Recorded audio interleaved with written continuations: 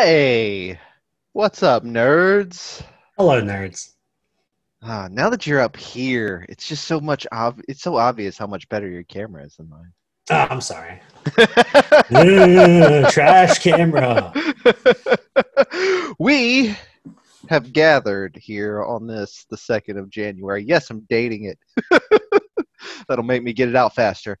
To talk about, um, the thing nobody wants to talk about anymore is, 2020. But not 2020 in general. We're talking Yeah, about 2020 in gaming. yeah. We're How was video that game shit? people. How was it? Okay. Far more average than expected. Yeah, far more average than originally projected. Mm-hmm. Especially since a lot of things got pushed out with a certain health crisis. Yeah. Uh, but overall, positive. Good night. Thanks for joining our TED Talk. um, Subscribe for more. well, obviously, we're going to get into our games of the year and our absolute favorites. But first of all, what surprised you this year?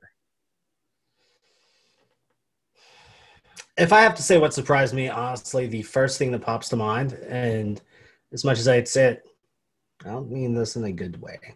Okay. Final Fantasy VII Remake. Yeah.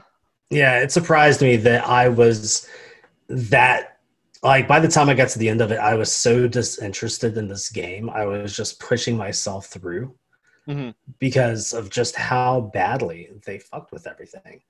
And I was like, you know what? Just get me out of here. I am done. And I just wanted it to be, I wanted it to be disc one of Final Fantasy VII. Yeah. And instead, they were like, you know what? Let's Kingdom Hearts this bitch up. Yeah. That's ridiculous. I mean, that's they sold you disc one, Final Fantasy VII. They weren't like reimagined. They was like remade. Mhm. Here it is. And then in all the promotional stuff, they were like, "Look, this it's this again. Except this is the things we changed. Not we changed the thing that you actually loved about it. If you change the battle system, cool." Mhm. Still in remake territory. You change the graphics? Cool. Still in remake territory. You change the fucking story, you've just changed all of it. Mhm. So it's not the same game anymore.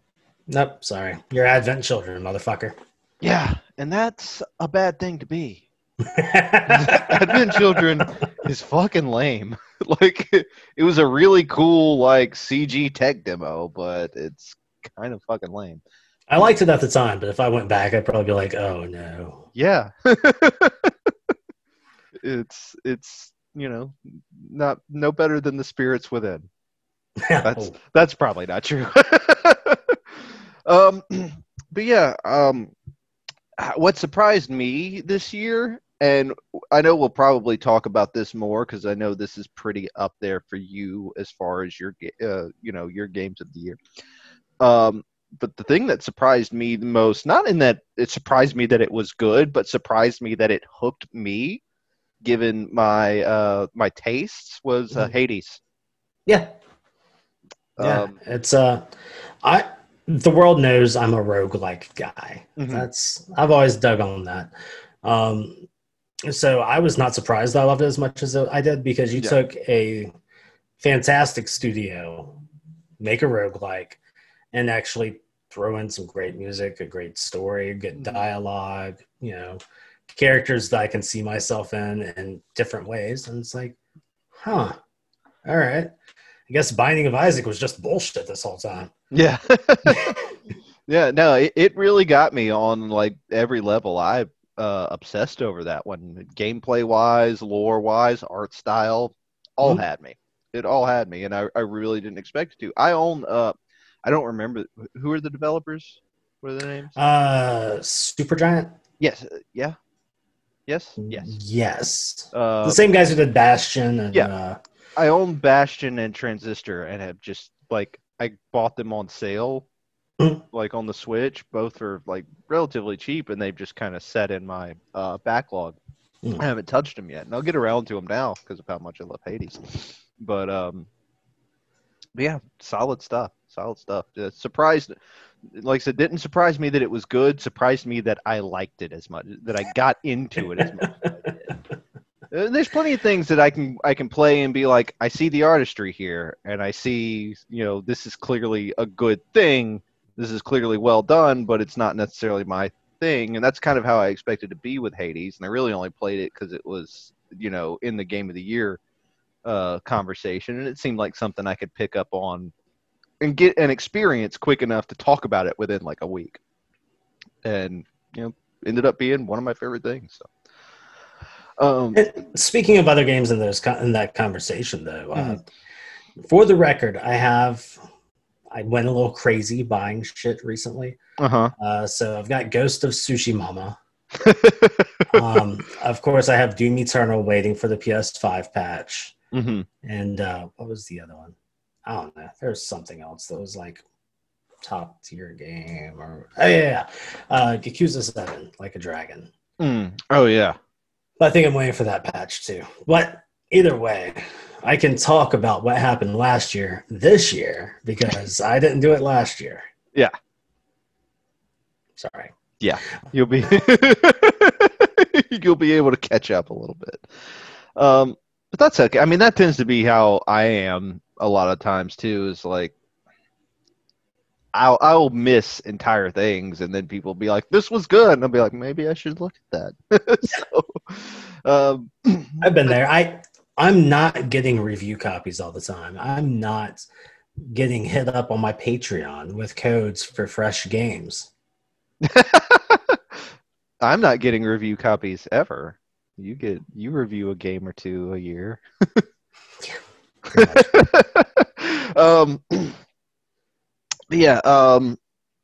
What I guess we'll go ahead and talk about like our absolute favorites of the year. Like what's in the conversation for you? We've talked about it a little bit with the Game of the Year stuff and all that with our Game Awards video, but obviously that doesn't cover everything. There's plenty of things that fly under those radars.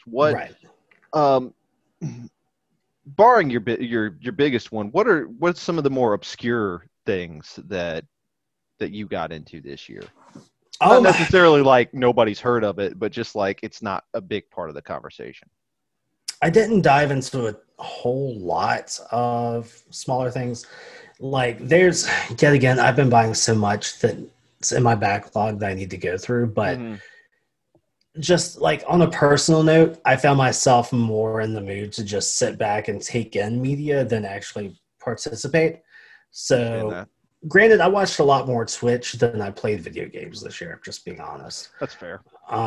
Which that's part of my resolutions going into the new year, is to create more content than I take in. So we'll see how that goes. But because of that, like there were some games that, I played that didn't get talked about much, like Neon Abyss when that came out. Another roguelike, of course. That's who I am. Your business.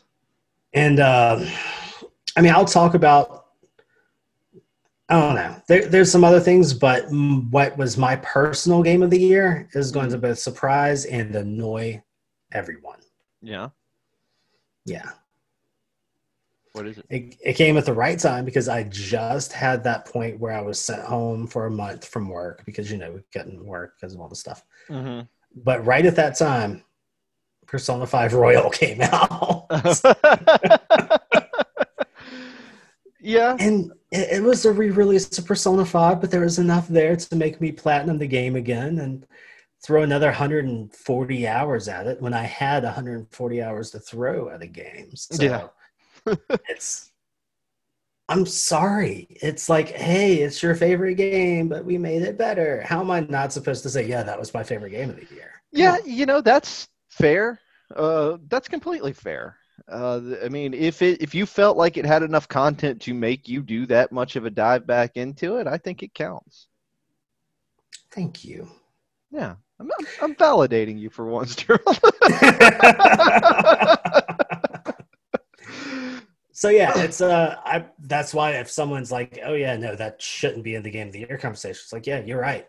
No, it's my game of the year. Yeah. It's not the game of the And year. that's what we're talking about here. So if you know if anybody has issues with anything we're saying here, this is um our opinion. Yeah, Like, motherfucker. yeah, don't drop those comments being like that's just your opinion. Like, no shit. Yeah. It's what this is. Welcome to the show.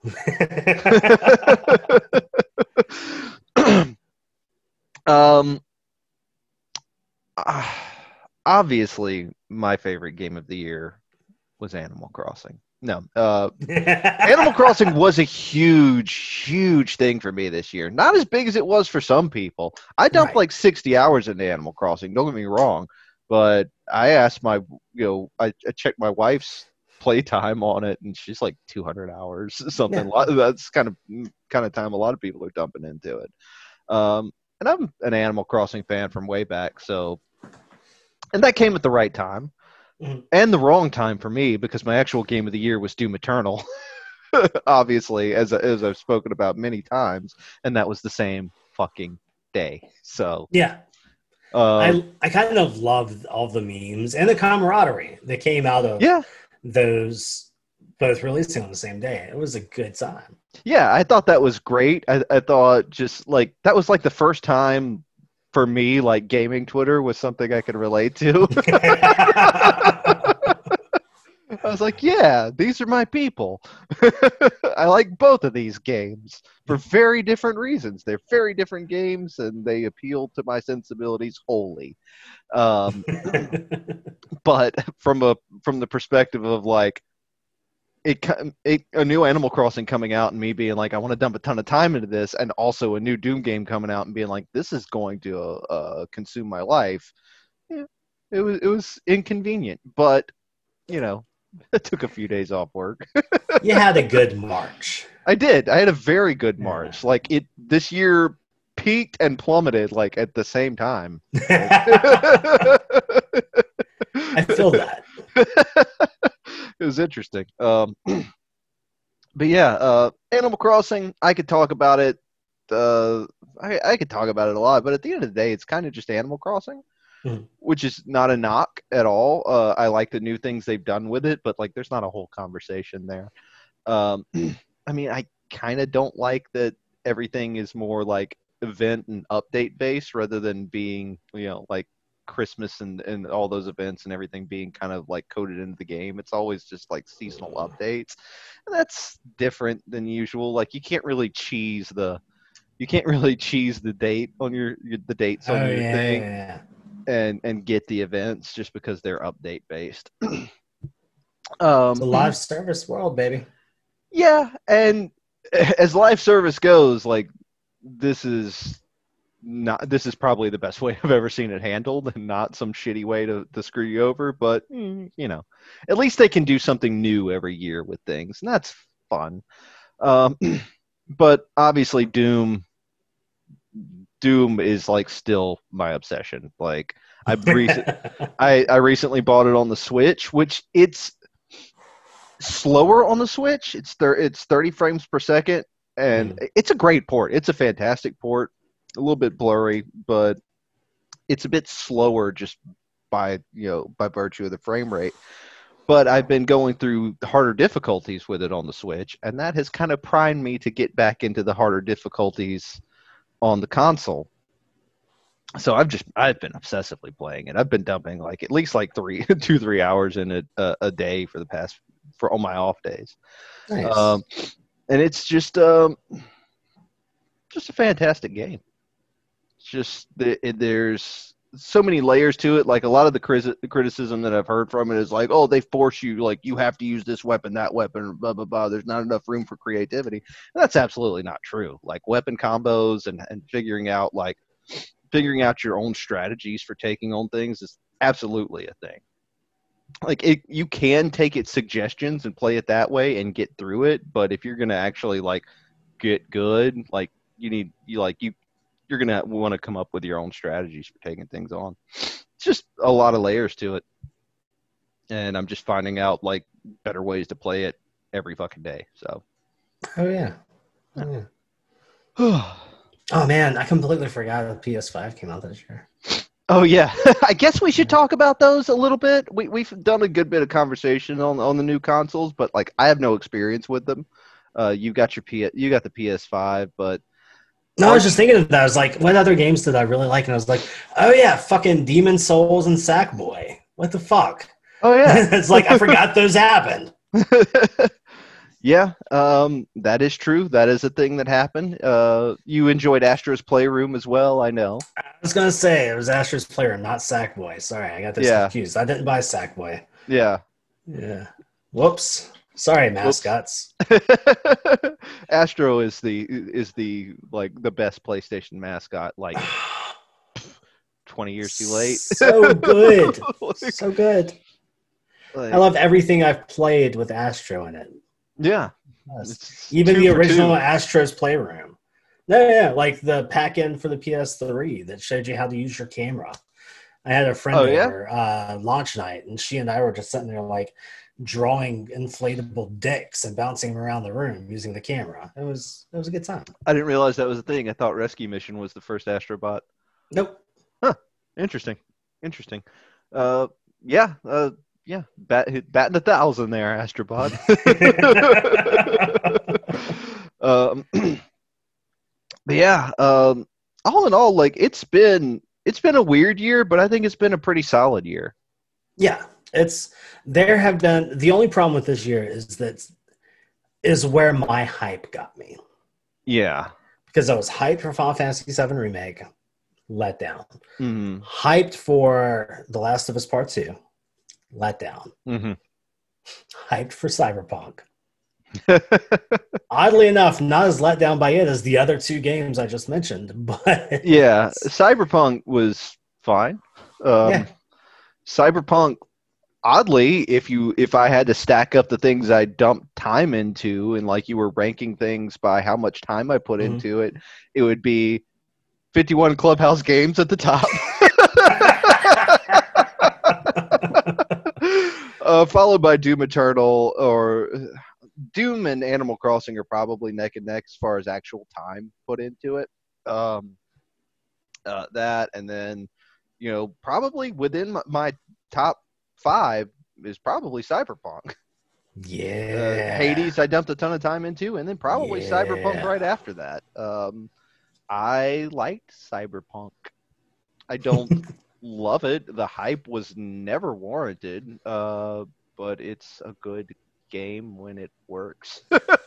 Yeah. Gotta be real cautious on the internet because everybody that's mad about it has pretty good reason to be mad about it. So it's one of those No, things where like I'm like, you guys are raging a little too much, but I get that you're pissed. yeah, no. It's fine. Yeah. Like rage all you want. Maybe it was a little bit over the edge to pull it from the PlayStation Store, Yeah. but I don't know. It's like whenever you can say, "Yeah, dude, give us a week to patch it." They're like, "No, delisted." Yeah. But they released a broken piece of fuck, and they were tried to obscure that they were doing that. So Oh, there are far more broken games on there. yeah, there Far are. more broken games. I just There are. bought one of them. What was it? Lichdom Battle Mage. Yeah, I'm excited for that. Yeah, that looks great. I'm gonna play it. So, as far as like other games that I've played, I just recently played one, and I'm not tired of it yet. Not saying it's not going to happen, but so far it's really dumb and silly, and I can't wait until I can actually be in a room with people again. Because quite honestly, next time like we hang out and do stuff, this game's going to be a part of it, and Yeah. that's Fuser. Fuser. What's Fuser? It's from the Rock Band people, Harmonix.